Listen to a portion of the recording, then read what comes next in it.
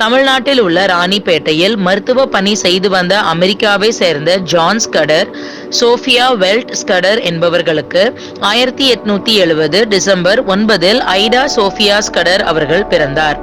8 வயது வரை தமிழ்நாட்டின் ராணிப்பேட்டையில் வளர்ந்த ஐடா அவர்கள் 1877 ஆண்டில் இந்தியாவில் கோர பஞ்சத்தில் லட்சக்கணக்கான மக்கள் மரித்த அச்சமயத்தில் பசியால் வாடியவர்களுக்கு தனது பெற்றோருடன் இணைந்து உணவளிக்கும் பணி செய்து வந்தார். இச்சம்பவம் அவரை மிகவும் பாதித்ததால் தனது படிப்பிற்காக அமெரிக்கா சென்ற ஐடா அவர்கள் மீண்டும் இந்தியாவுக்கு வரக்கூடாது என்று தீர்மானித்திருந்தார். ஆனால் உடல்நிலை சரியில்லாத அவரது தாயாரை காண்பதற்காக ஐடா அவர்கள் மீண்டும் இந்தியாவிற்கு வர நேரிட்டது. ஐடா அவர்கள் இந்தியா வந்ததை கேள்விப்பட்ட ஓர் இளம் அந்தனர் பிரசவ வேதனையால் அவதியுறும் தனது மனைவியை காப்பாற்றுமாறு ஐடா அவர்களிடம் வேண்டினார். ஆனால் ஐடா அவர்களுக்கு மருத்துவம் பார்க்க தெரியாததால் தனது தந்தையை அழைப்பதாக கூறினார். தனது மனைவிக்கு ஒரு ஆண் மருத்துவம் பார்க்க கூடாது என்று அந்த உதவியை ஏற்க மறுத்து சென்று விட்டார். அன்று இரவு அதைப்போல் மேலும் 2 நபர்கள் பிரசவ வேதனையால் தவிக்கும் தங்களது மனைவியை காப்பாற்றும்படி வேண்டினர். ஆனால் அவர்களும் ஐடா அவர்களின் தந்தையின் உதவியை ஏற்க மறுத்து சென்றுவிட்டனர்.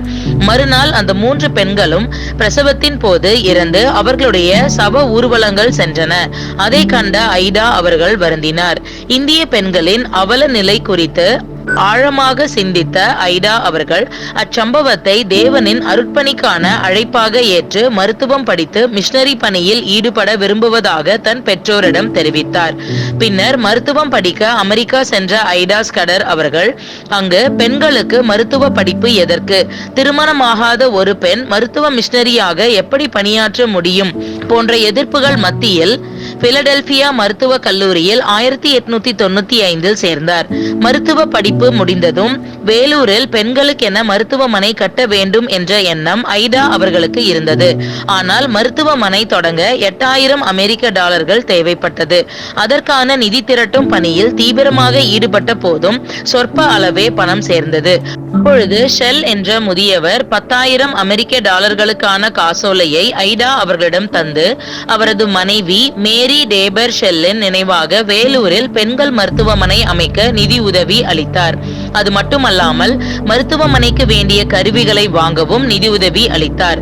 1900 ஆண்டு இந்தியா திரும்பிய ஐடா அவர்கள் மருத்துவ பணியை உடனடியாக தொடங்கினார். கூடவே மருத்துவமனை கட்டிடம் கட்டும் பணியும் தொடங்கியது. மருத்துவ பணியுடன் தேவனின் சுவிசேஷ பணியையும் செய்ய ஐடா அவர்கள் தவறவில்லை.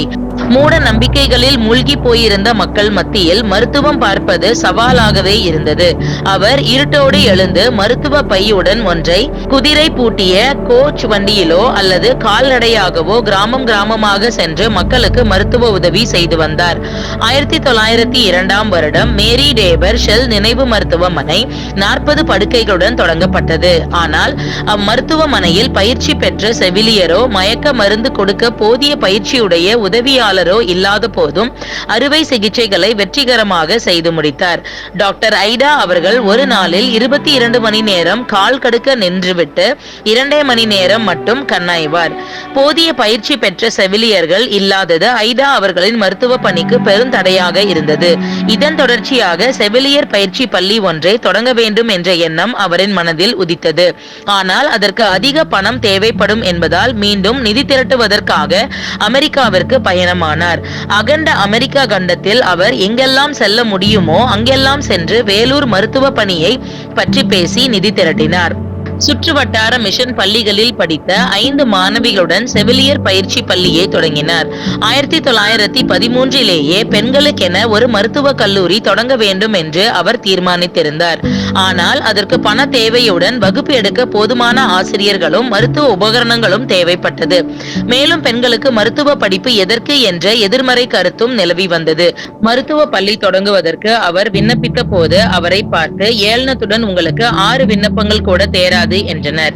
1918 ஆண்டு ஜூலை மாதத்தில் யூனியன் மிஷனரி மருத்துவ கல்லூரி குழு ஆதரவில் மருத்துவ பள்ளி ஒன்று தொடங்கப்படும் என்று அனைத்து அரசு பள்ளிகள் மற்றும் கல்லூரிகளுக்கும் தகவல் அனுப்பப்பட்டது. சாதி சமய வேறுபாடு கிடையாது, 25 இடங்களே இருப்பதால் உங்கள் இடத்துக்கு முந்துங்கள் என்று அதில் தெரிவிக்கப்பட்டு இருந்தது. ஆச்சரியமான விதத்தில் 69 மனுக்கள் வந்தன.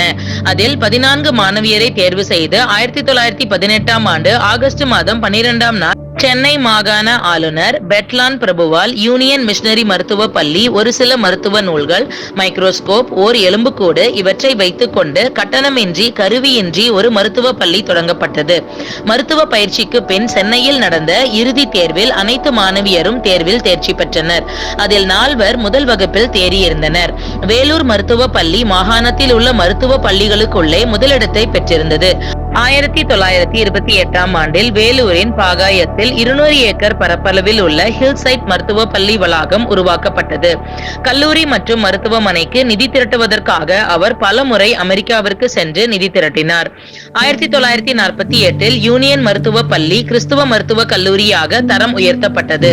அப்போதுதான் பெண்களுடன் ஆண்களும் மருத்துவம் படிக்க தொடங்கினர்.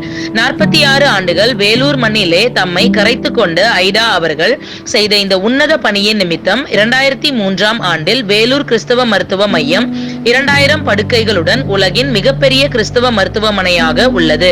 அதன் மருத்துவ பள்ளி இப்போதும் இந்தியாவின் முதன்மையான மருத்துவ கல்லூரிகளில் ஒன்றாக திகழ்கின்றது. டாக்டர் ஐடா அவர்கள் தம் பெரும் பணியிலிருந்து 1946 ஆகஸ்ட் 19இல் ஓய்வு பெற்று கொடைக்கானலில் உள்ள ஹில் டாப்பில் தனது கடைசி நாட்களை கழித்தார்.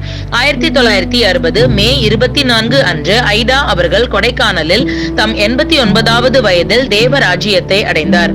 அமெரிக்காவில் ஆடம்பர வாழ்வை வாழ்வதற்கான வழி இருந்தும் நம் தேசத்தின் ஜனங்களின் மேல் கொண்ட ஆத்தும தாகத்தினால் அவ்வாழ்க்கையை விடுத்து தேவனுக்காக ஒரு சிறந்த தேவ மனுஷியாக திகழ்ந்தார். இன்று நம் தேசத்தின் ஜனங்களுக்காய் ஆத்தும பாரத்தோடு செயல்பட நீங்கள் ஆயத்தமா?